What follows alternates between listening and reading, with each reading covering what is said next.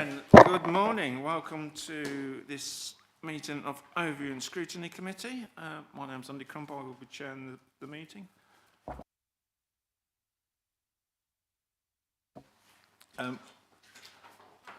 We have an issue with the heating at the moment. And as you may well gather, it is quite warm. So if anybody wants to take their coats, jumpers off, Stuart, you can leave your hat on though, please. If you do feel like taking that off, don't be shy, and we will try and rectify it. So we do. Sometimes it's beyond our control. It's either too cold or too hot. It's a bit like the Three Bears, but we haven't got the just right at the moment. So apologies for that. Chair, could I say I've got to go at 12:15? I was kind of hoping the meeting might have finished quite close to that. Funny enough, Councillor Johnston, so am I. So if we can, again, brevity, no repeats, but yes, please don't feel inhibited to speak, but please don't repeat what's been said, and keep it brief as well if we're asking questions. Yes, we're all, I think, quite a few on the time scale today. Right, obviously at the start of the meeting, we've got the fire evacuation. There are no planned fire alarms scheduled at this time. Therefore, should the fire alarm go off, please make your way out of the building via the nearest exit to the car park beside the Windmill Public House. That's beside the Windmill Public House, Councillor Keithley, not inside, I'm afraid. And again, the usual one on microphones, and I'm just as guilty as this, so please throw something at me if you can't hear, although it might be a bonus for you if you can't hear me properly. Please ensure the microphone directly in front of you is switched on and logged in. Please do not move the microphone from its set position, and when speaking, ensure the microphone is directly in front of you and not to the side or up high. Good stuff, thank you for that. So we will now move on to the first item on the agenda, which is apologies, please, Howard. Yes, good morning, Chair. We have apologies from Councillor Rice this morning, for whom Jenny Fradgley is substituting, and we also have apologies from Councillor Littlewood. Thank you. Councillor Fradgley, please. Can I just raise my name is on the councillors list. I'm a sub, not a member of the committee. I just, as a, or,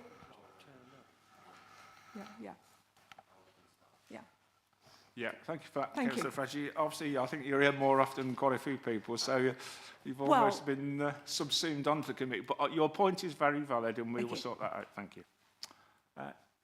Any other apologies? Disclosure of interest. Any other? Councillor Orcott, please. Thank you, Chair. Yes, in my role as Stratford Town Councillor, I sit as representative on the Shop Mobility Board. I've also used Shop Mobility in the past. However, I don't consider it a pecuniary interest because actually any councillor sit here today could find themselves in need of Shop Mobility in the future. So I would feel like I am okay to take part in the debate due to that. Yeah, I can't see any Thank problems, you. and I haven't had the head of law and governance come in and throw something at me to say that's incorrect. So we welcome you staying for that part of the agenda. Councillor Wally-Huggins, please. Yes, I have used Shop Mobility and the shop at the Shop Mobility scheme for my own father. Thank you. I'll bring Marcia Eccleston in, please. Thank you. Thank you, Chair. Just regarding the declarations of interest that have been raised, so long as you come to this debate with an open mind, it's not an issue at all. And then moving on, just in general, I can see that there's one item on the agenda that appears to relate to the budget. And in relation to that, there may well be reference to council tax in there. And whilst there's no formal decision-making, as in voting on the budget today, you may be making recommendations regarding that. And so on that basis, I need to issue a dispensation so that you can all freely make that decision.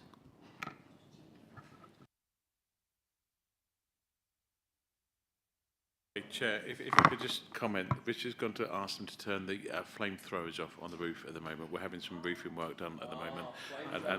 Yeah.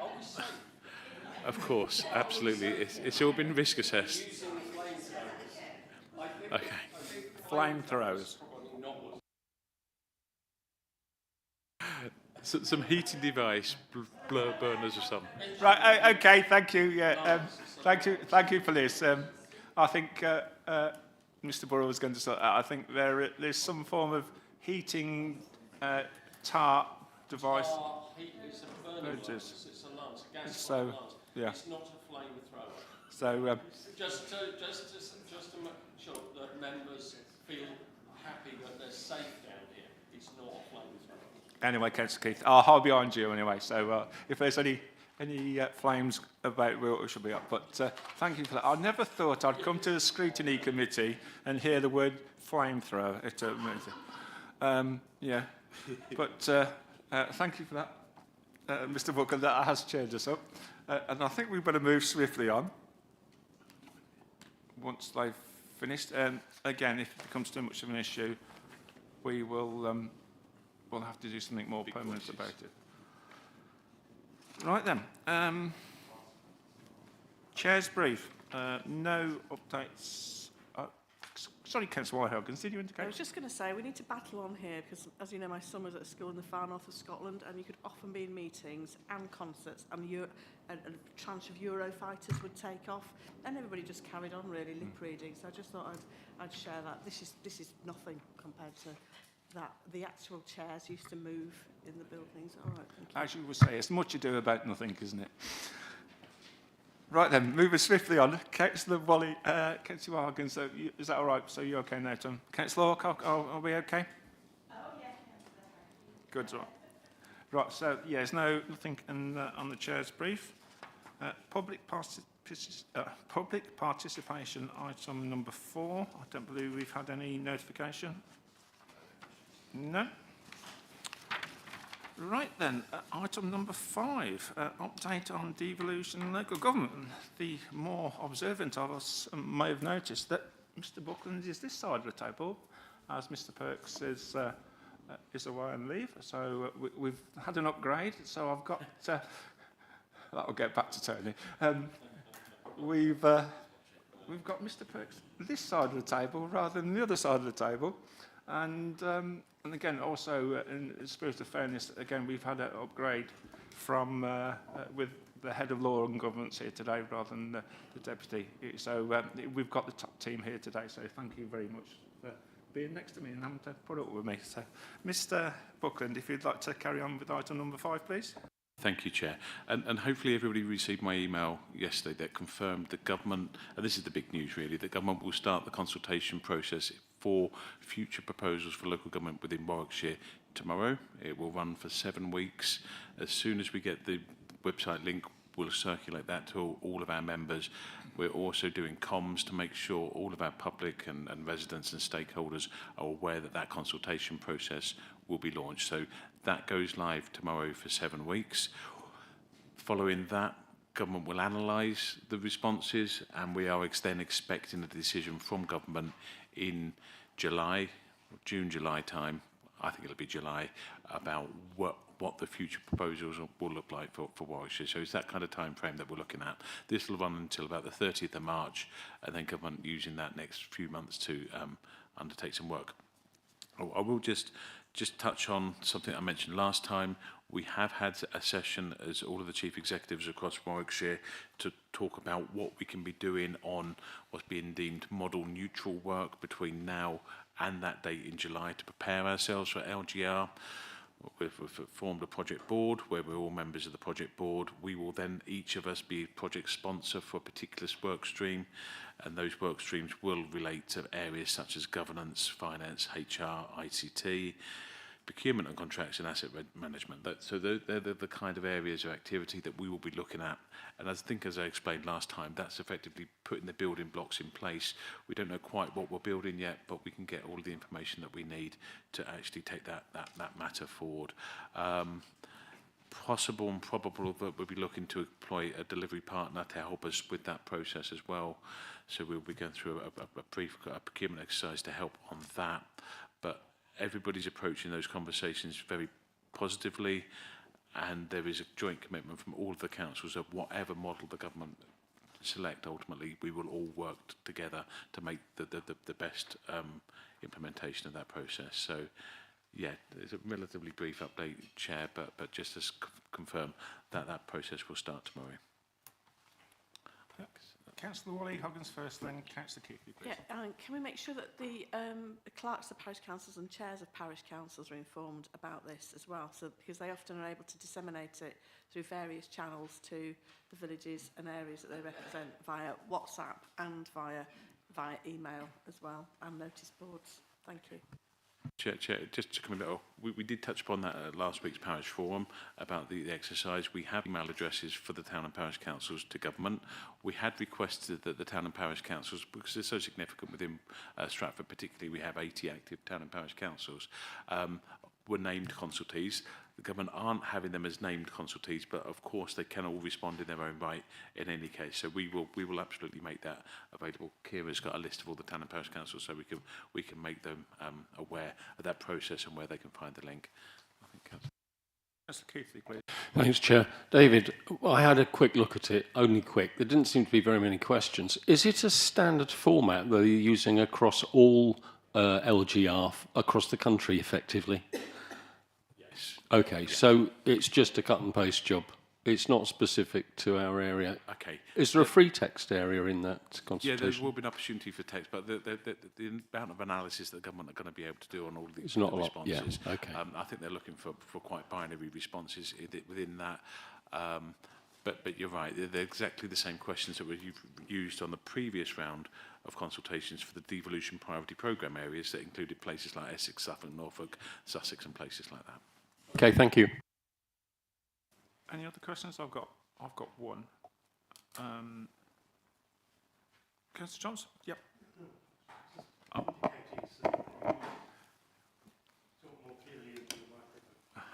Good. Yeah, my one point is you mentioned about appointing of a partner to assist this process, David, Mr. Buckland. Will that be coming from the funding that's been put aside in the budget for LGR? Is it the £1 million? Or how is that being funded? Thank you. We do have some funding already previously hanging over from the previous round, so it will be funded from that in the first instance. I think you've got away quite lightly, Mr. Buckland. But yeah, again, obviously we've got this as a standing item on the agenda, and you sent an email around yesterday, so we're not just limited to receiving information at this meeting. So we are. I think we'd rather have too much communication on this than not enough. And I think the email yesterday was helpful. So thank you. Next item on the agenda is to receive update on task and finish groups. The task and finish group mentioned specifically is the privately managed public open spaces, flood alleviation schemes and estate roads, which Councillor Johnston has been chairing. Councillor Johnston. There's not a great deal to say. We're meeting twice this month, taking what I'm calling face-to-face representations on the first meeting from residents and residents groups, and the second meeting from parish councils. We're then meeting again in March, basically with the aim of completing the final recommendations and the report to come here. I can't remember if it's the end of March or early April, but it's the 8th of April. The 8th of April. Brilliant. Thank you for that. Councillor Keithley, please. Thanks, Chair. Just to ask whether or not we could get sight of the organisations that have offered to participate, in case we know of other organisations that we perhaps think might have been missed out. I heard the other night that Meon Vale, for example, was coming, the Residents Association, but I don't know if any of the parish councils have offered or have been invited in my ward, and I'm going to guess that's probably the same in all the wards. So a bit of a heads up on who's participating. Members might be able to to at least know who's taking part. Does that make sense? They're largely groups who expressed an interest when the group was first set up. Clearly, we're not going to be in a position with whatever it is, 100 parish councils. I think it's 70 odd that are dealing with public open space managed by private companies. So we have had to be a bit ruthless and selective. Everybody has had the opportunity to complete the survey, and then we're waiting for that to be redacted so that we can then publish that to all members and indeed parish councils and Come back, groups. Councillor Keithley. Yeah, I mean, that's fine, thank you. But I'm just heading off at the pass. Any criticism that would come our direction from organisations or parish councils that say, well, actually, we would have liked to have said something about this and we didn't get the opportunity to come to a meeting. So that was my point, really. I'm going to say, if you're happy to request the Task and Finish group to provide this group or provide councillors with details of who contacted or who've responded, I'd be happy to second that. I don't think it's an unreasonable request. Yeah, okay, I'm happy to propose that because I'm concerned that by the time we get to the final knockings of this, it will be too late to do anything about it. Sorry. Apologies, Chair, I missed that. We have the list of parish councils, which I'll ask Mr. Allison to read out.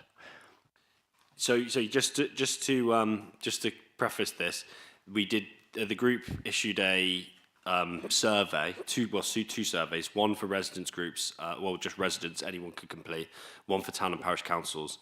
The response rate was really good, especially on the residents survey. So that was a method to try and get as many responses as possible, as much input into this as possible from residents and parish town councils. As Councillor Johnston has said, it's not feasible to speak to every single residents group affected in every single parish council. So we've taken a snapshot from those groups and parish councils that were particularly interested in feeding back, in addition to what they gave us in the survey. So the ones that have been invited so far, the residents groups are from Ulster, Bidford-on-Avon, Temple Hardwick, Shipston-on-Stour and Treddington. And the parish councils that have been invited are Wellesbourne and Walton Parish Council, Quinton, Marston-Sicker, Stockton, and Bidford and Southam. Thank you. Thanks very much, Howard, for that. But that immediately raises, in my mind, a concern that having been told that the Residents' Association would be coming to see you here at from Meon Vale, that you didn't read out Meon Vale. So have I missed it? Have I got it wrong? Or have you missed it? Or has somebody at Meon Vale misinterpreted this opportunity? I think what would be helpful, we could catch up after the meeting and put me in touch with the sort of the lead of that residents group, and I can liaise with them and see if we can get them invited. Councillor Wally-Hoggins, I'll come back as well. Do you want to come in first, please? Was Alderminster on that list? No, Alderminster wasn't on that list. It should have been on that list, shouldn't it? Yeah, it absolutely needed to be on that list. Thank you. When you say should have been on the list, we've only limited time and we're not going to be able to accommodate everybody, and we have taken a snapshot, and I accept it's not going to be complete. Yeah. Yeah, if you want to come back in, just before you come back in, Councillor Wally-Hoggins, it's not. Yeah, can we just have one person speaking at a time, please? When we're, I'm probably just as guilty of it, so I'll get my apologies in first. But if we can just have one person speaking at a time, that would be helpful. Thank you. Yes, it was matters at Alderminster that were raised, have been ongoing for over 8 years now, and they were the catalyst for needing this group in the first instance, and they were absolutely. I had to go and chair a meeting there just before the last round of district elections, entirely to do with this matter. So I'm not trying to call political points here, but I do think that Alderminster Parish Council, there would be some good lessons to be learnt from their experience with this, and it also covers floods and privately managed public open spaces, as well as having to pay inordinate amounts of money. So I think, Councillor Johnston, it would be really useful to contact that parish council to get some experience. They may speak to you on a one-to-one. And I know that Councillor Curtis, who's also here today, absolutely knows what I'm talking about here. Thank you. Yep, thank you for that, Councillor Wallace. Would you and Councillor Keithley be able to liaise with Councillor Johnston? I'm sorry, David, I'm putting some slight work on you, and tell me if it's not acceptable.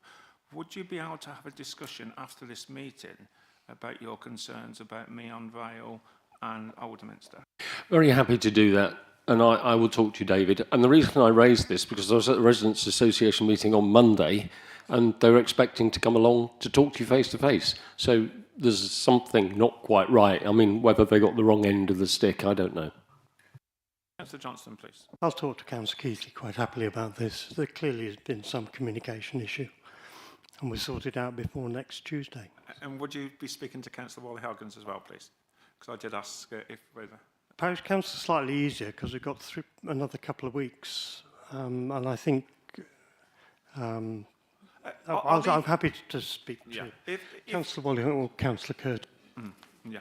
Councillor Curtis, you indicated, please. No, I was just acknowledging that I'll speak to Councillor Johnson as well afterwards. So there'll be some liaison, whatever terminology we want to use, between Councillor Johnson, yourself, Councillor Wally-Huggins and Councillor Keithley, just to clarify the situation. And we don't want to know the details at the moment, but there's a commitment to discuss this and take into account concerns of Meon Vale and Alderminster. I think that's okay. Is that all right, Howard? Right.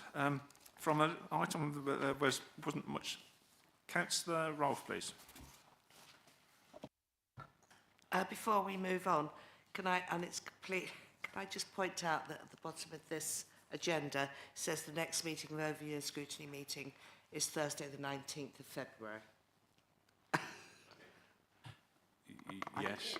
There's an extraordinary meeting of the Overview and the Scrutiny Committee to consider the consultation exercise on second home council tax premiums scheduled for the 19th of February. Sorry, I don't have it in my diary, so... I'm sorry you don't have it in your diary, Councillor, but we can... What time is it? Oh, is my mic on? It's at the usual time, Councillor Roth, 10 a.m. Thank you. That was certainly a helpful intervention, Councillor Rolfe. Wasn't sure whether it was the right time to do it, because we seem to be talking about update on task and finish groups. But I can understand your enthusiasm to get out in the open. But yeah, probably not the right time, but it was good, but not quite right. But yeah, thank you for that. So again, we've got some clarification. And yeah. So from anything else on the task and finish group before I move on? No? It went on slightly longer than we thought, didn't we, Councillor Johnston? But I think we've got some reasonable outcomes from that. The next item is the task and finish group budget 26-27. There'll be consider the recommendations from the task and finish group, and it says budget 25-26. Mr. Pedant has spotted it here, so it should be the budget for 26-27. I spotted the deliberate mistake, didn't I, Howard? That's what it was. So do I get the chocolate bar back? Yeah, so brilliant.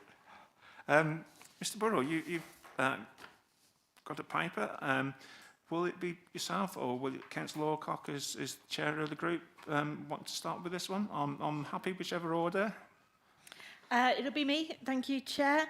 You have the report tabled in front of you. The task and finish group met 3 consecutive Wednesdays and went through the recommendations, the proposals that came through from each group. They were looked at. They were judged on the merit of being clear, achievable and financially sound.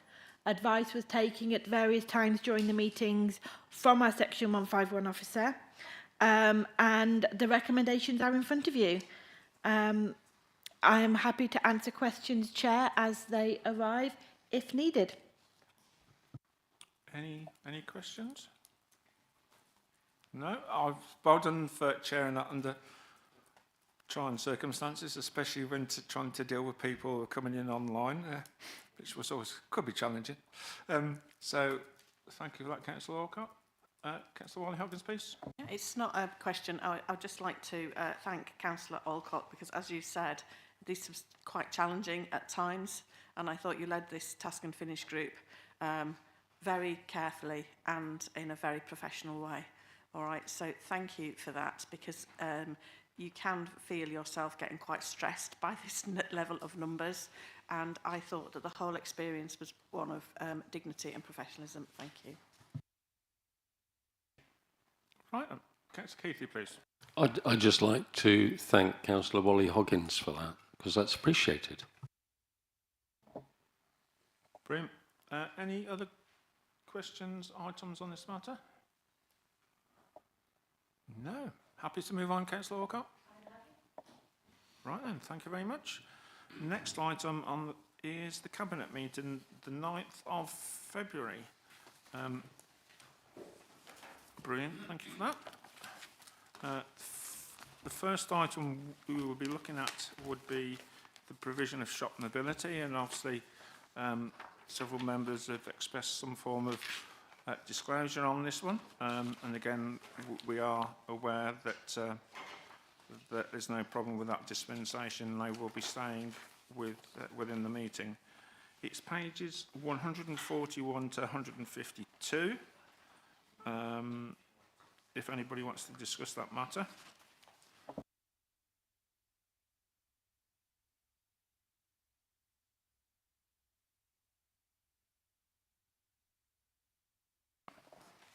Councillor Johnston.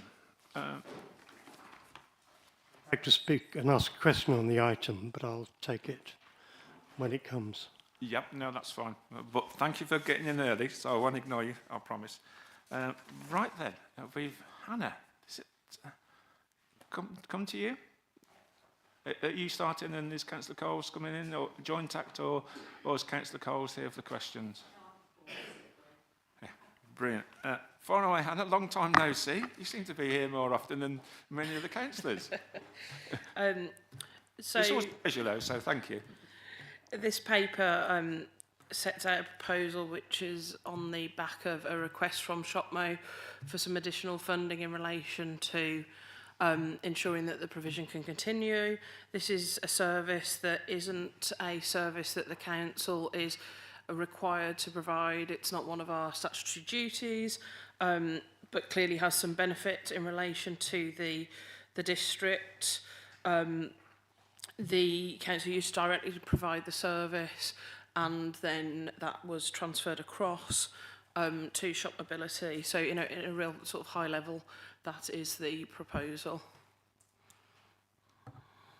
Brilliant. Councillor Johnston, come on in, please. We haven't got the benefit of the blue papers. The question I have is, are we confident that £15,000 is enough or not?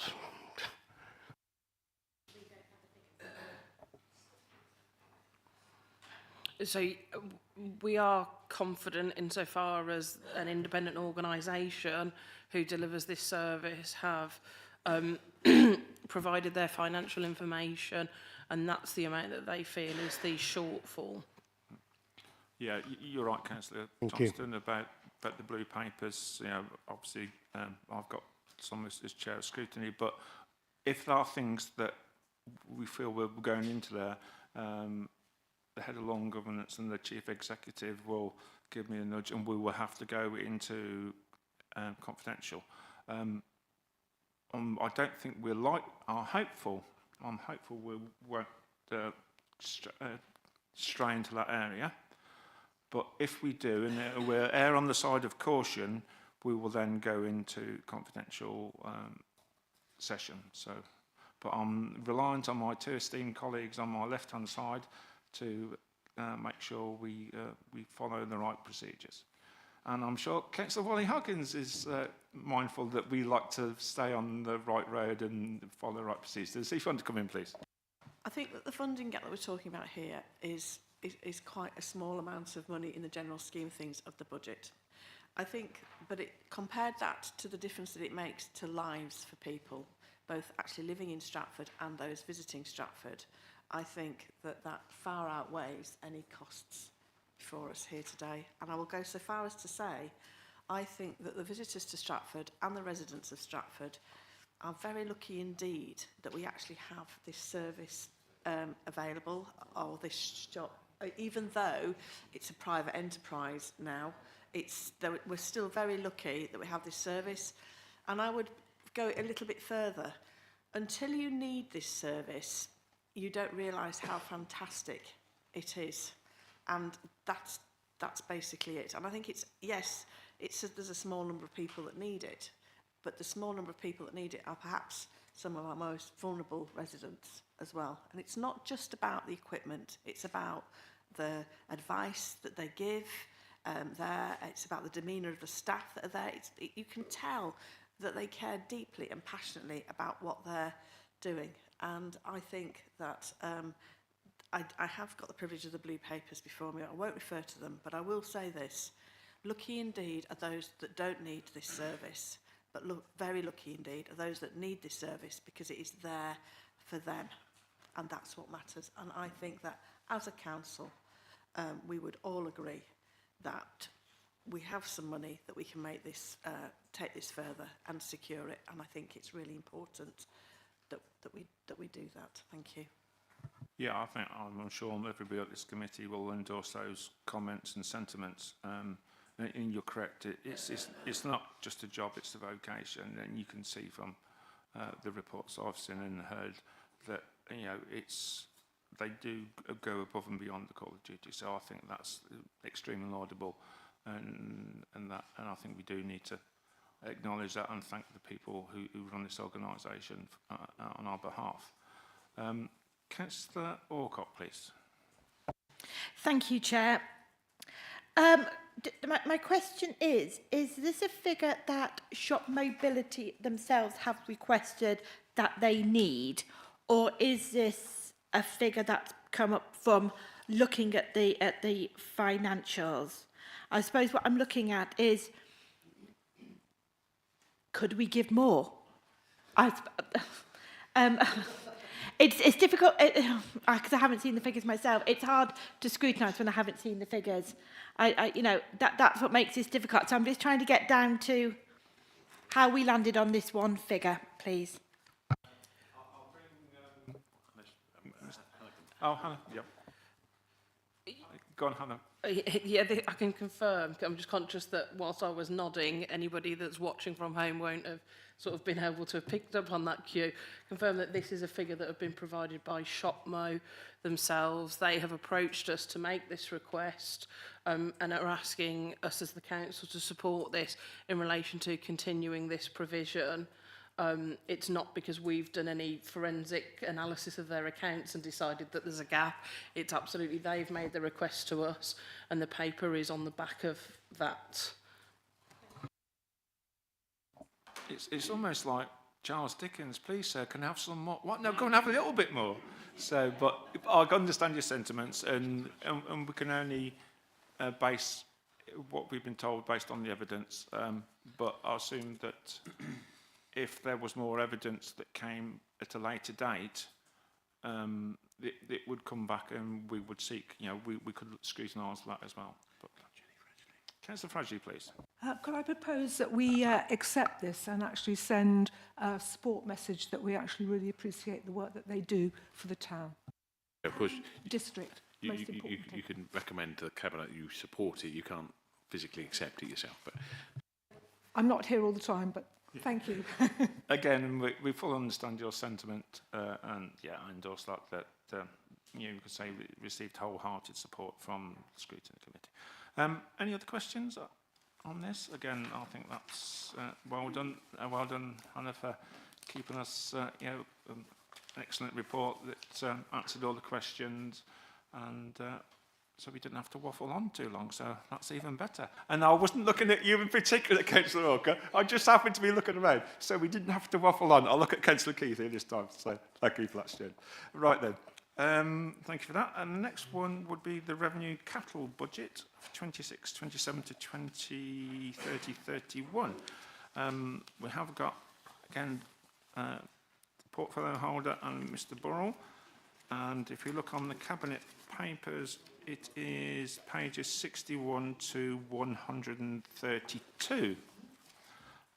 Again, any Mr. Buckland? Chair, I will say, obviously, we have had the Budget Task and Finish Group that have looked at this in detail, and you've had a report back already from that Task and Finish Group to here. I guess also it will be the 23rd of February when there's going to be a full council debate on the budget. So I guess it's at this point any questions for understanding on what the budget proposals are.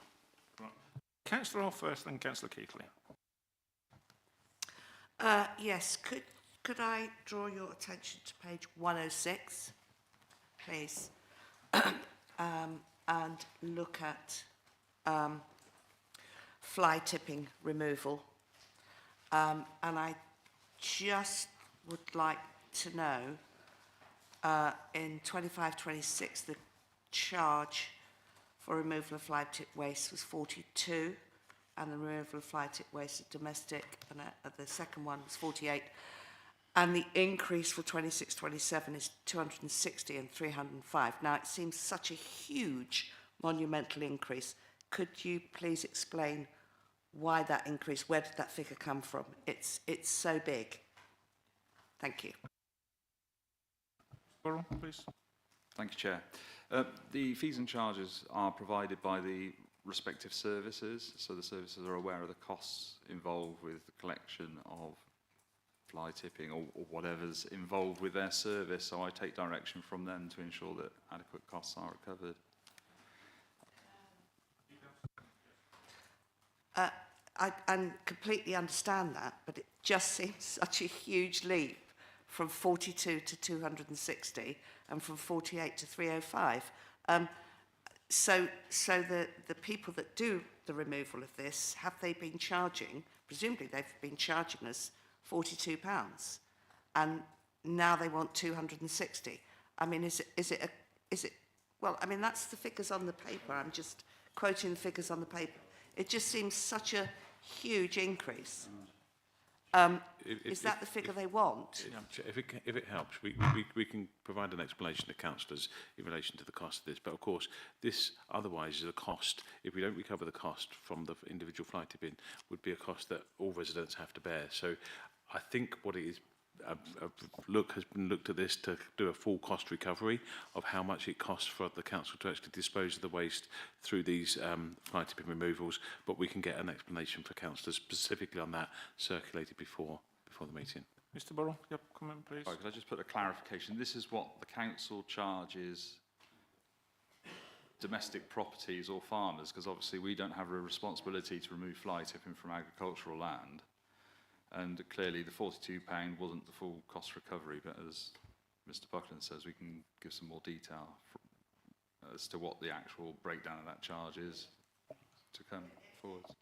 Sorry, it just seems such a huge leap, that's all.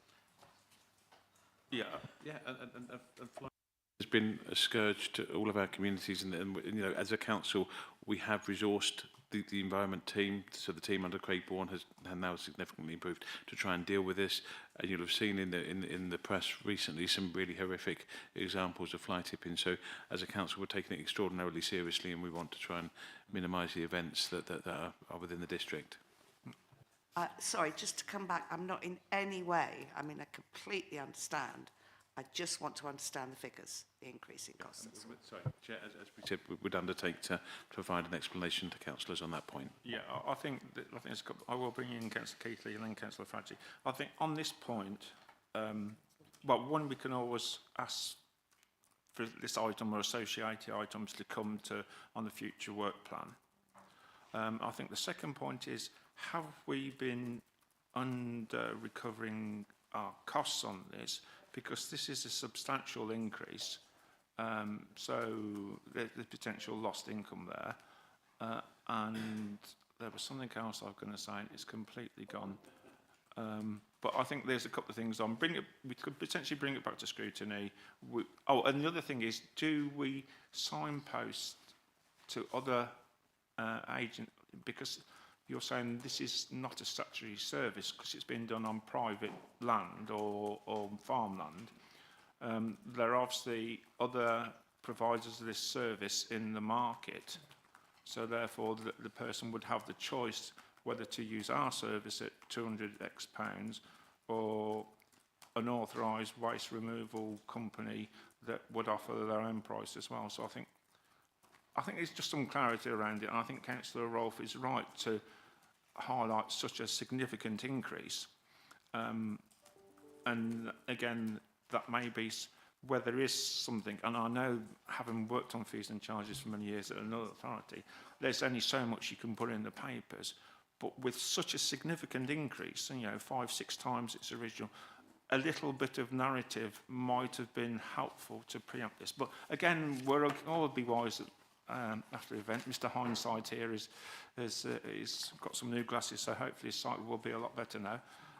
But I think it's just a little bit of, yeah, I think it's a fair question, Councillor Rolfe, and I'm 100% supporting you on this, so I've got no real issue.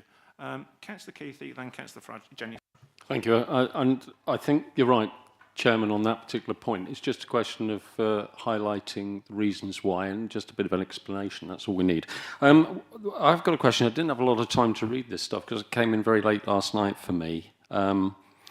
One of the things that's in the budget papers, Chair, is all the detail of the planning fees, and this is an area of interest to me. Page 116, they're fees set across the country, nationally.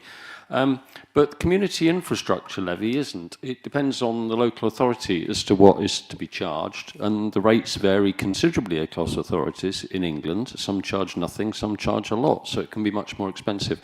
I couldn't find, looking in the budget, the details of the community infrastructure levy charges and the proposals for increasing them in the budget for this next year. And I'm just going to ask that question of you, if the officers could point us in the direction of those, please. Yep, I'm getting another sensible question, so thank you for that, Councillor Keithley. Who would be able to? Yeah, so the original seal charges for the council were set when the core strategy was approved back in 2016, and there is an inflationary uplift on those. They're found on the website separate to the budget. That effectively we're collecting those contributions and then we're using those for particular schemes and initiatives.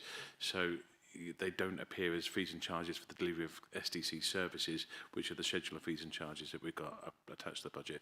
It is something that, of course, is something we put upon developers when looking at development, but they are separate on our website.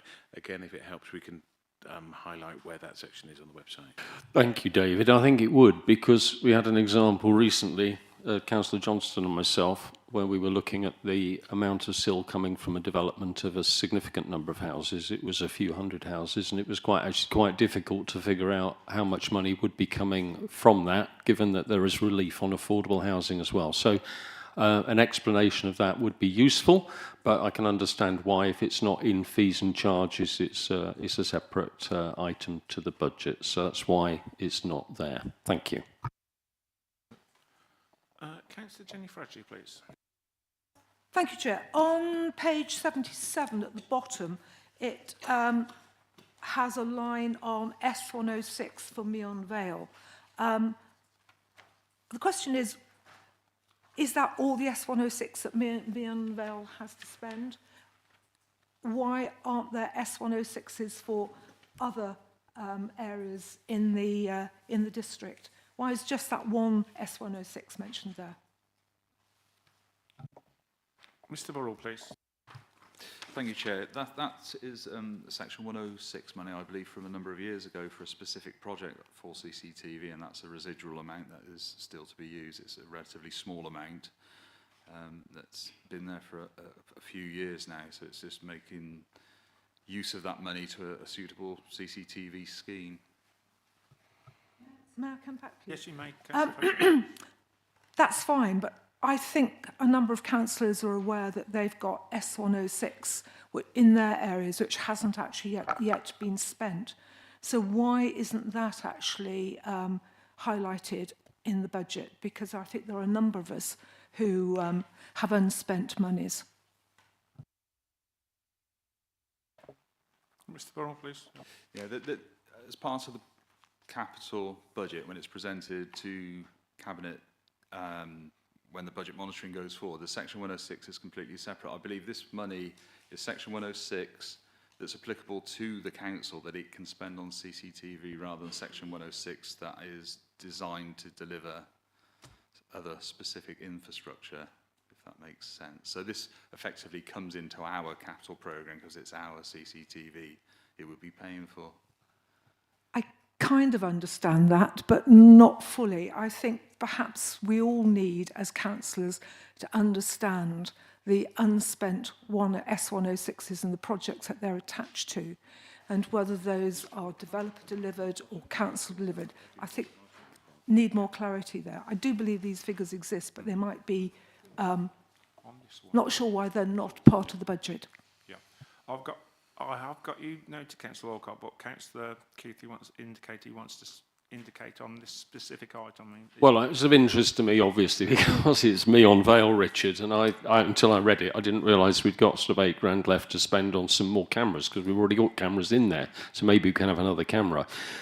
But I take Councillor Fradge's point. If there is any other Section 106 which relates to the capital expenditure of this council, it would be good to see it. And it's just a bit odd that there's only a single line. And I think many councillors will be wondering, well, what about other CCTV in other areas, perhaps, that's money to be spent in the capital budget. So I'd agree with Councillor Fradgley. Yeah, and again, I think this might be something for our future work programme, just some understanding, some clarity, just make sure, we are speaking from the facts and evidence, so I think that would be appropriate. And again, obviously, some of the things, as Mr Burrell said, it does come on regularly on the budget monitoring on a regular basis, but I think we're right. If we've got some concerns or things could be presented in a different way, to make it easier for ourselves and residents. I think that's what we're here for, so I think that's helpful. Councillor Walcott, please. Thank you for bearing with us. No problem, Chair. I'm pretty flexible that way. Only way I am, but there you are. Apologies. Right, I'm just looking at page 99 currently. Again, we're still on fees and charges. This one's the opposite that's been raised already. We've got the annual residence overnight permit, which is currently at 110, and it looks like it's going to be dropped to 40. So that's quite a significant reduction. And I suppose my question is, how has that figure come about? And, what's the thought around reducing it by that significant number, please?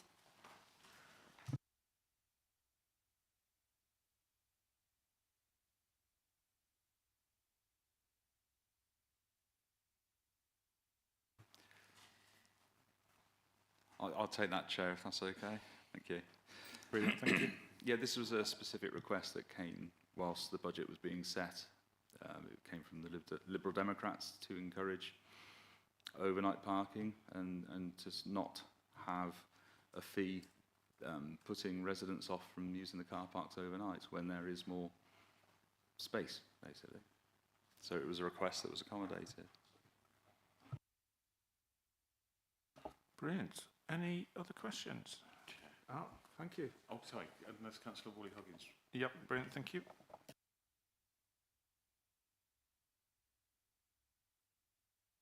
Sorry, just to go to page number 77. I'm interested in the ICT laptops and servers line there because what I'm concerned about is we have we've put quite a big spend left in each year there, but we do know that assimilating, combining councils together is going to have costs. So what I suppose what I'm inarticulately trying to say is, I presume this is just for the replacement of laptops on an ongoing basis, and I completely acknowledge about security and so forth. However, I wonder should we be in a situation of making do and mend until we know how we're going to assimilate with other councils. And I remember Julie Lewis having the most appalling time trying to get one system for Warwick working alongside the system here. She couldn't use one laptop. She had to use 2 laptops. And I just think, do we need to be a little bit more mindful on that line there about what are we going to spend, when are we spending it, etc. I'm sorry to raise it, but I do think it's important. Thank you. Mr. Burrell? Thank you, Chair. Luckily, I'm head of ICT as well, so I've got some knowledge on this. The majority of our laptops were bought at COVID time, and they last 5 years, and they're Windows 10. Windows 10 is out of support now, so we have a requirement to upgrade to Windows 11. Also, the batteries, I've got a machine from 2020 here, and the battery is absolutely useless, which is why I've got this battery pack. So they're failing, so it's not a case of make and do amend. For security reasons, we have to be on Windows 11, and so that requires a new machine and for functionality. You're quite right, Microsoft and the way they design their licenses, the licenses lock that laptop to me, you know, and when a new authority is created, a new email address, a new OneDrive, a new Microsoft 365 environment will exist on another machine, no doubt. Yes, that will be a cost of that process. So, unfortunately, it's an unavoidable expenditure. I'd love to limp through for another couple of years, but it wouldn't be viable. Yeah, I think it's a fine balance, isn't it? We haven't got to hamstring officers themselves. We haven't got to hamstring officers with antiquated machines, and I think I had the similar issue with my COVID machine from 2020, and it's the battery. I think the battery lasted about 30 seconds at one stage, and you just typed something in, then it went, unless you were plugged in. Then it could be quite frustrating. So I do appreciate that we do have to upgrade on a regular basis, but be mindful as well that things might be changing, but we never know, because the timetable may slip. And when Mr. Buckland said we might know the result in July, June, July, I did wonder whether that was 26 or 27, but I'm hopeful it's 2026 from the LGR. Just smile, David.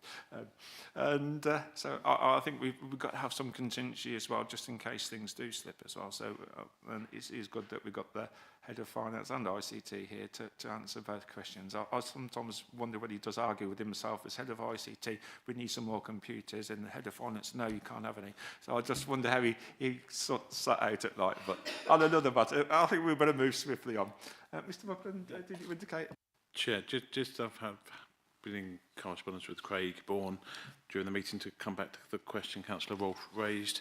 The new cost of £260, inclusive of VAT, in relation to the fly tipping removal, now reflects the actual BIFA contract costs for the removal of the waste, plus an allowance of 30 minutes of officer administration time to make that happen. So yeah, it's being done on a cost recovery basis as we assumed. Thank you. Brilliant. Any other questions on this matter? Right. Thank you for that, Councillor Curtis and Mr. Burrell. I've got one item. I just want to note, obviously, is Chair's prerogative. Right to item number 6 on the Cabinet. It's the Grange Hall, Southam. Just one slight.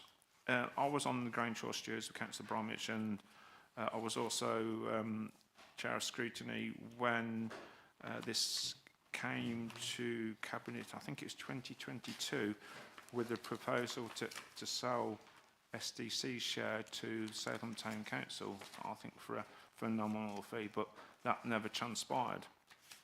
A community asset, and there's 3 different options available on 1.16. The only one, a slight amendment, and that I've been made aware of, was when I was at the Town Council, related to option 3 for use as a community asset, and they wanted to put some time scale associated with option 3 so it didn't drag on and on, and there doesn't seem to be any reflection of that in the report, because we may leave it open-ended. There's the ongoing mothballing costs. I can't think of a better phrase than that, so if it's the wrong one, I do apologise, but I think you get the general gist of what I'm trying to talk about. So I think whether there could be some timescale around the option 3, and that's my only point, and I can see Mr. Buckland wants to comment. On that particular point, I'll have a conversation with Debbie Carew at Southam Town Council to understand if there has been amendment, because I thought we were taking the proposals were mirroring each other. So if there's been a change to the Town Council, we need to be aware of that, and I'll contact the Town Clerk on that. Thank you. Yeah, so we're trying to be consistent. Hopefully that's helpful. Councillor Keith.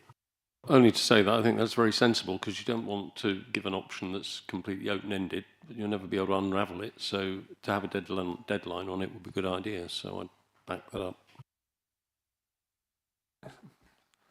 Right, anything else on the Cabinet papers that members want to raise? No. Item number 9, the work plan.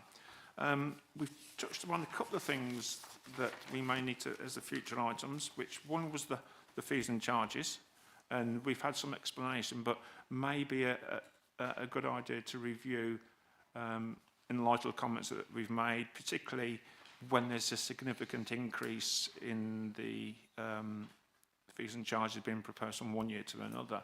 Once we have the explanation from Mr. Buckland, it does make sense, but we've had to ask the question. And like I said, I know we're limited to the amount of space and amount of narrative we can put in on the report, because it becomes unwieldy. So I think whether we have a look at that, there's a simpler way or a way we can make things, whether we can communicate these charges better and understand them. That might be a future item on our work plan. Councillor Keithley? Yeah, I think on the work plan's a good idea, but anybody looking into the budget, I think it would be useful to have a very short narrative explanation of what I'd call exceptional increases or decreases. That's just good practice. You don't need to do it for the majority. I mean, it's hardly anything. We've only raised 3 or 4 issues anyway, but to have an explanation of exceptional increases or decreases would be useful. Yeah, well, I think that's reasonable. So if members are happy, I'll bring in Councillor Huggins. If members are happy with that, I'm proposing we put on the work plan. Councillor Huggins, please. Yes, on the work plan, I wonder if we should really be having an update on the 5-year housing land supply. I know that there's a group allegedly cross-party with Lib Dems and one Green member, one Conservative on it, and they're looking into things. But I do think we need some feedback and some updates for this committee to look at as to how we're progressing forward with that. I don't think that's an unreasonable request to have officers coming and telling us an update on how we're progressing towards achieving that 5-year housing land supply. Because every one of us, all councillors, are asked about this at parish council meetings, and I do think there needs to be perhaps a little bit coming before OSC will allow for a little bit more transparency as to what's being discussed at the working group that is ongoing. Thank you. Yeah, so we're fortunate we've got the chair of planning here on this committee as well. So, Councillor Keithley, I'd like to hear your thoughts on this one, please. Well, yeah, I'd actually welcome that, because I haven't any feeling for how the programme is working with that group, and whether or not the plan that was put together to address the shortfalls, which we have a plan, what the progress is in relation to that plan, and that's what I would welcome that. Yeah, the point about progress is well made.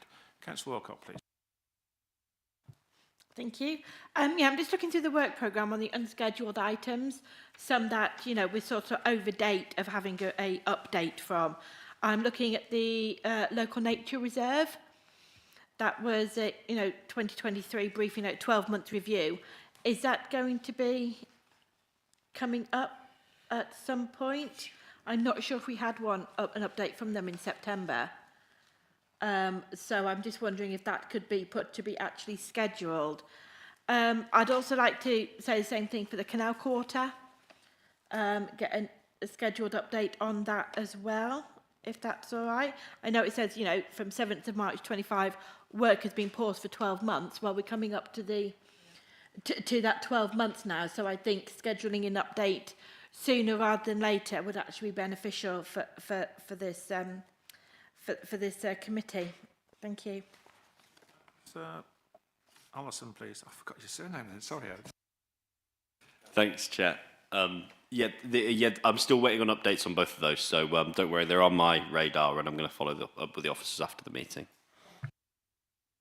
Mr. Buckland, and I'll bring I know it's your work programme, and it's probably a bit cheeky of me to suggest, but the second point there on the Corporate Peer Challenge Action Plan Working Group update, that, as far as I'm concerned, that work's completed, and we had a report back to the Cabinet in 2025 following the review that we had, our follow-up review from the peer challenge. So I wasn't expecting to have to come back again on something that, as far as I'm concerned, is completed. Could you consider removing that one, please?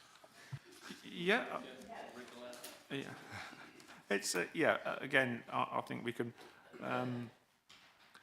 Like I say, we need to have a sensible work plan. So therefore, we do need to sense check it. So it's good that somebody's sense checking our sense checking. So I think that's a fair point. I'm more than happy for it to be removed, but to be on the radar in the future if it comes again. So, Councillor Wally-Hoggins, then Councillor Keithley. Yeah, I was going to go to the, I can hardly believe I have to say these words again, but the Coventry-Warwickshire Integrated Care Board, with specific reference to the Ellen Badger Hospital, because the things that are going on in that hospital building are not hospital related. We've put a lot of money in there. There's been some toing and froing in the news about, you know, the money that we provided was for a new doctor's surgery, when what we've done is, it seems to be that funding's being used to provide additional rooms for the doctors to use while they refurbish their practice. But more alarming for me and residents that would normally use that facility is that it's now a banking hub. It's now a place where you can go and get items fixed, and it's a place where many things like exercise classes, the latest one was ICT classes are going on there as well. And what I'm saying in a roundabout way here is, I am really concerned that money has been spent in a way that has not facilitated what it should have been used for. And I think that we need to not dilute this with other areas to look at, because I think A&E systems is a separate matter altogether. But the Ellen Badger and the shenanigans that are going on there, and historical, are so serious that that alone needs, that one place needs to come before this committee, and we need to find out what exactly is going on there and what our money has been spent on, and whether there's been a twisting of the wording in order to be able to spend the money. But we provide that money for a new doctor's surgery, not for more rooms of the same. Thank you. Yeah, there's lots of points there. I think we've got to be mindful of the clarity of the question. If we, I think Mr. Anderson is meeting an officer from ICB in a couple of months' time. But I think we need to be clear, crystal clear, I would say in this case especially, what we want to ask from them. So if members are happy for them to come back, I think we need to discuss what question or questions we will be asking in a clear, precise way, so we can get clear, concise answers. Because you mentioned some word, I can't remember what the word was. Was it wiggle or something? So I'm just concerned. I've got no problem with them coming back. I've got no problem with them being scrutinised. But one, we've got to persuade them to come back. And two, we've got to give them a crystal clear brief what we want from them. Okay, let me help you with that then, if I may.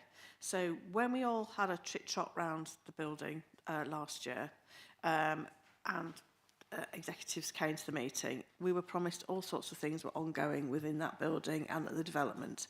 At no point did we mention that there was going to be a banking facility there, ICT classes. It was all around health issues, and we haven't got that. So I think my question is, I think that we could legitimately ask them for an update as to the progress in turning that facility into a health hub, purposes for that, and for how the progression of a new doctor's surgery, how that is progressing.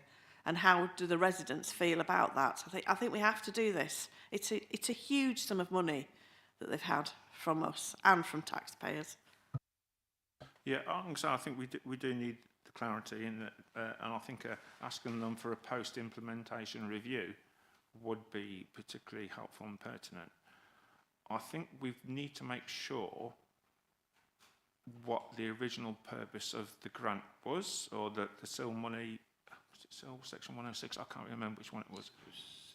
The SIL money was. So we need to get clarity, 100% clarity around that.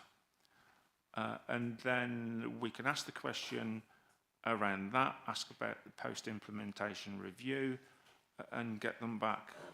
But I'm trying to reiterate the point that we've got to be crystal clear. So whilst I understood your sentiment about chit-chatting around the actual site visit, I still wasn't 100% sure of all the questions we should be asking. So I'll bring in Councillor Alcott and then Councillor Roth. Oh, just bring Mr. Arthur. Yeah. Thanks, Chad. Just a couple of things with the ICB as well. Like the chair has said, I am due to meet someone from the ICB in April. The reason for that is that they are going through this change at the moment. They're merging with within other areas. It's becoming the ICB. It's a group now, right? So that's why there's a slight delay. So hopefully we can get something together for the work programme next year. We're discussing the site visit that members took to the Ellen Badger Hospital, and that was ahead of the meeting with Swift. And part of the problem, like the chair's saying, with the clarity around the questions and things, is who certain questions should be directed to, whether it's the ICB or Swift. The SIL money has been brought up today. That's one thing, but if that question was put to the ICB like it was last year, they said, well, that's a matter for Swift and we have to discuss it with them. So if members are agreeable, then we could consider trying to invite both Swift and ICB to one meeting. I guess join up. Unfortunately, that didn't happen last year. I don't think anyone from the ICB was available for the meeting with Swift. But we're fortunate now in that we've got the whole year ahead of us. So we could try and pin down a meeting with both of them. I think that would be useful. Councillor Alcott, please. Thank you, Chair.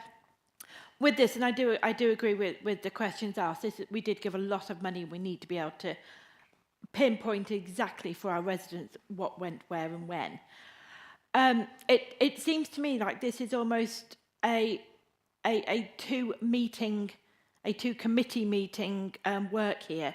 It's getting a written report from them, or from Mr. Ellison when he meets with them, that we can then look at, scrutinise the written report to formulate our questions, to go to them, to bring them into a meeting to answer the questions that we have. So I think it needs to be at least 2 meetings on this subject, just to ensure, like, as what you say, Chair, our questions are crystal clear on the answers that we are requiring, that we also give them time to answer the questions, but also to come and answer questions that may follow on from the answers we are given. So we have one of just us and then the second meeting with the representatives. Would that be possible to schedule that in? I'm sure we can. We'll just go a special meeting on the 19th of February. So I'm sure we can try and be as flexible as we can. I think your point about the questions, making sure we send them to the right people, with Swift or ICB, and I would go on, and then have a special meeting after we've got the information back. So I I think because of the sensitivity and the complexity of the subject, I would prefer a one-item agenda on that subject. That way, we wouldn't be rushed, we wouldn't have to cover items. So if members are happy. So Councillor Alcock, do you want to sort of like propose something like that with my slight additions and then see if members are happy to go with that as a future work plan? Thank you, Chair. Yes, could I please put to the committee that we look in depth at this situation that has arisen with the Ellen Badger Hospital for a one agenda item meeting that can be scheduled in when additional reports have come through. Second that. Is that okay? Is that what you need from me? That is fine. Good. Yeah, I'm getting nods. Hopefully my suggestions were helpful. Councillor Warren-Huggins, you'll second that. So all those, Mr. Howard. Yep, that's fine. Sorry, thanks, Chair. Before members vote on the proposal, just to clarify exactly what's being proposed, Councillor Alcock, are you proposing an additional meeting of the OSC? Because so usually we have a lot of the time we have an external partner coming into a meeting and then cabinet items afterwards.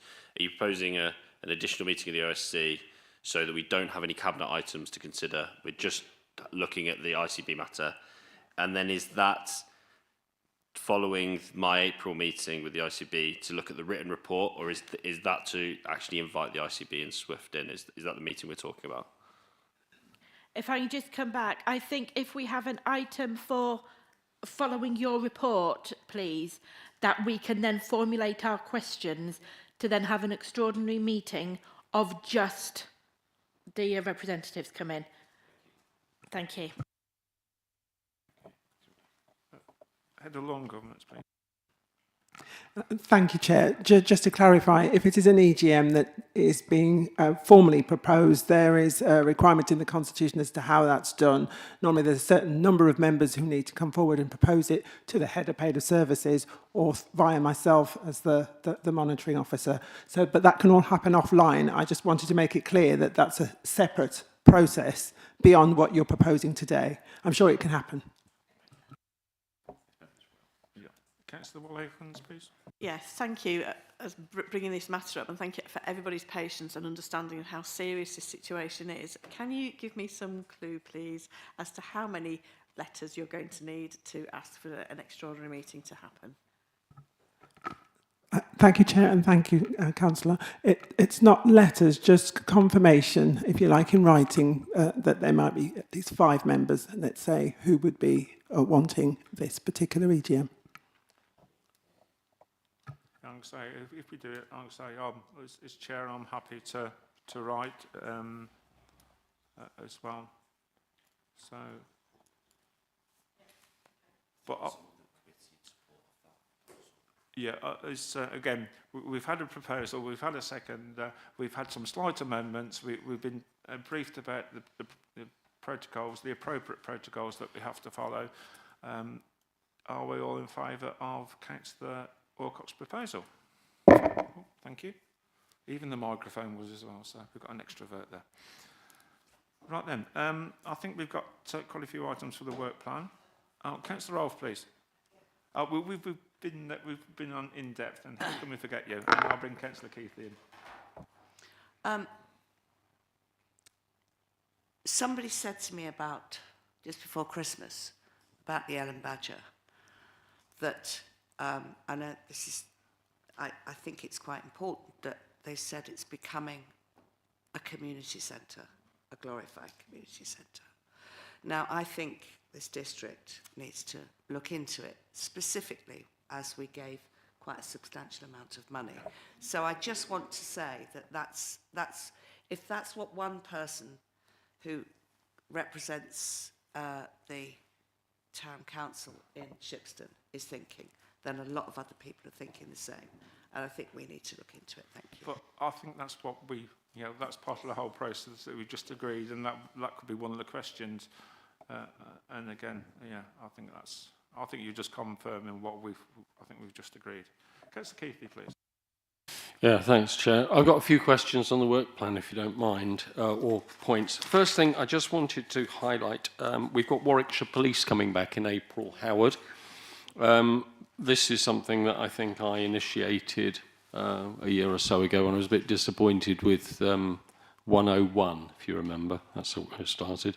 Anyway, there's a deadline for questions, and Howard, if I could ask through you, Chair, Howard, could you just remind members what the deadline is for questions? Because I'd like a little bit of support in putting questions to the police for their performance for when they come back. That'll be the PCC, presumably, as well, and the Chief Superintendent again, will it?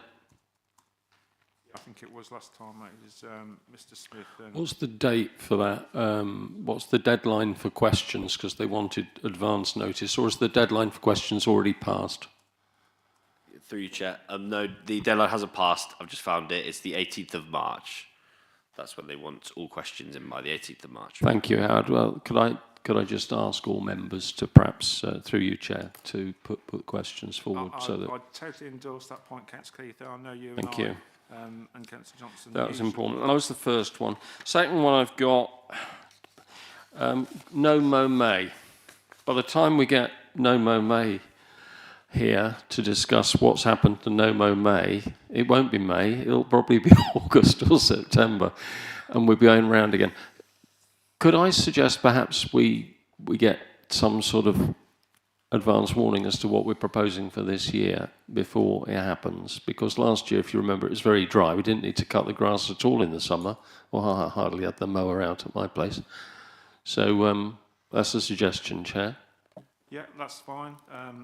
It better be, sometimes, it can be a contentious issue. And like I say, it is subject to the vagaries of the British weather. This time, in May 26, you might be able to cut it every 2 days, Stuart. So I hope not. That's too often. Yeah. Right, my third point. Yep, right, so I'm on page 3. Planning enforcement. Now, we had a discussion about this, I think. I was a bit confused, to be honest, whether it was bouncing between regulatory and OSC. But the point here is, for me, that there... and I'm going to ask the question of the officers, actually.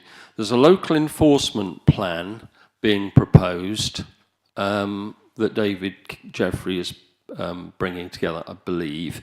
And there's a consultation out at the moment in respect of that plan.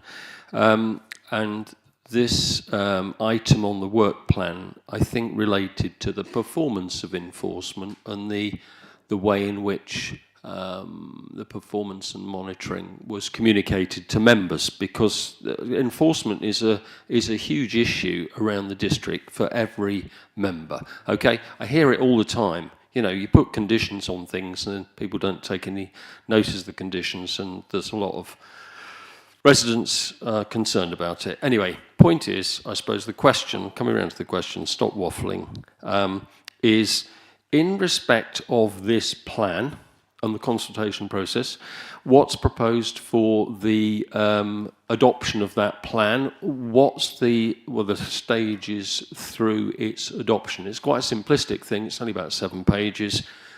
Will it go to Cabinet? In which case, will it come here first? Will we have an opportunity to talk about it and to question how that plan's put together? So that's the question. But sorry, it's a bit long-winded. Chair, thank you for that. And I've been asked to keep brief. Yes, it will go back to Cabinet for recommendation to Council for approval. Yes, it'll therefore be an opportunity for the Overview and Scrutiny Committee to consider it at the meeting prior to it going to the Cabinet. So yes, in a consultation period at the moment that will help shape the document, but it will go then through the Cabinet and then Council for ultimate approval. On that particular item, I've got a session immediately after this meeting with Councillor Jenny Fradgley, who's the chair of the Regulatory Committee. We did have a session with all of the members of the Regulatory Committee on the 15th of January, absolutely categorically defined from that the responsibility for scrutinising the performance, the general performance of the planning enforcement function, sits with the Overview and the Scrutiny Committee. So it's not a regulatory function. We're absolutely clear on that. What that looks like in future, we're looking at the Council's performance management framework to see whether there's any key performance indicators that can be added to the suite of performance indicators that we manage and monitor quarterly through the Cabinet, or whether there's any special requirement for planning enforcement to come and talk to the OSC. That will be within your gift. But some really helpful feedback from that session, and as I say, we've got some points I need to discuss with the Chair, but hopefully we can make a further announcement later, probably this week. A follow-up, Councillor Keithley? Well, only to say, Chair, that the consultation on that plan is out now. It's only open for a few weeks. We want to turn it round quickly, I would suggest, and my suggestion to yourself and to Howard would be to try and get this on the work plan, scheduling it so that it comes to us. But it will go to Cabinet anyway, so it'll automatically come here on our agenda. So does it not need to be on the work plan at all? Okay, thank you. Yeah, alongside, I think it's on the Cabinet forward plan. But you're right, I think it's best to check whether it's actually coming as a special item or become in form as Cabinet papers. And then even if it does come to the Cabinet as part of the Cabinet papers, we can look at detail or request more information or a special item on the agenda as well. So I think that's right. Could I then, Chair, just to finish, you know, I like the last word. Could I? We hadn't what? noticed. We hadn't noticed? noticed. Do you notice? Had you? Just to say, can we encourage members to participate in that consultation exercise? It is important. It's your opportunity to look at that plan and give feedback and raise concerns and issues. When I give my update to Cabinet on Monday, we talk about the Cabinet papers, but we also talk about general items that have come from OSC that are not specifically on the Cabinet papers. And one of those would be, I could mention the fact that we're trying to encourage local people to reply to the consultation. So I think that's quite.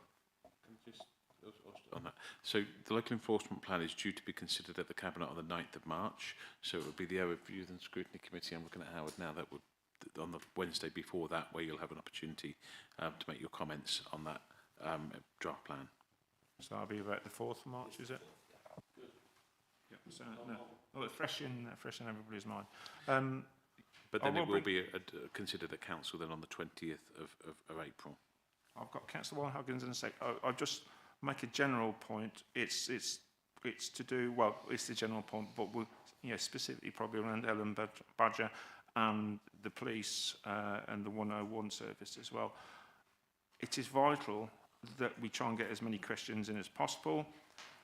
The times when we've had external people in, there's been myself and one or two members of this committee who've provided questions, and sometimes the questions have been small in number. So we do need to make meaningful, strong efforts to get searching questions into the PCC, into SWIFT and the ICB. So members, I'm trying to give you a little bit more homework, and I know we're all busy, but these two items in particular do need strong scrutiny. And if we can give them a lot of questions in advance, it does make the session go more smoothly, in my opinion. Chair, can I just make a comment as well? Obviously, you've got the police coming in, that's fantastic. There has been, obviously, the recent announcement about the consolidation of police forces into far fewer, the government consultation. Whether you request that, whether you request the police to have a view on that process and the potential implications for Warwickshire as a result of that might be an idea for Scrutiny. I suppose the other thing we could add on as well is the change of governance as well, whether that will have any impact if we are removing PCCs. So, whilst we're there, make the most of them. Councillor Wally Hoggins, please. On the notes that David Buckland has just said about the impact for Warwickshire, I do feel, however, that as a political office that is coming to the fore at that meeting, that we perhaps won't get. Is there anybody from the Home Office that we could ask to come and speak to us about it, rather than the PCC, because there will be political bias in what he says. No, he might want to do that to get away from other things he should be doing or not doing. Right. So can I just carry on here for a moment? It is to do with the Police and Crime Commissioner. Historically, the Police and Crime Commissioner used to come before this committee before his request for the council tax uptick. so we could scrutinise his request for additional funding. So I wonder if next year we could try to say that it'll be back before that is added to the council tax. It sort of adds a little bit of, how can I put it, gravitas to the fact of the ever-increasing amounts of money he wants from our taxpayers. That's my view of it. But I just think for next year's scrutiny plan, if we could think about having him in before he submits his request for the uptick in the council tax. But yeah, I can't wait to write these questions. And thank you for the kind reminder, Councillor Keithley. Thank you. Thank you for that. Any other points? Good stuff. So we know the next meeting of opening the scrutiny is the special meeting on Thursday, the 19th of February. No, Thursday, not Wednesday. And hopefully everybody's got that in their diaries now. I've been notified of no urgent business. So at 11:28, well in time for Councillor Johnson to go by 12:15, I close the meeting. Thank you. Could I just congratulate the Chair for holding the meeting within a record time, 1.5 hours, and setting a new standard.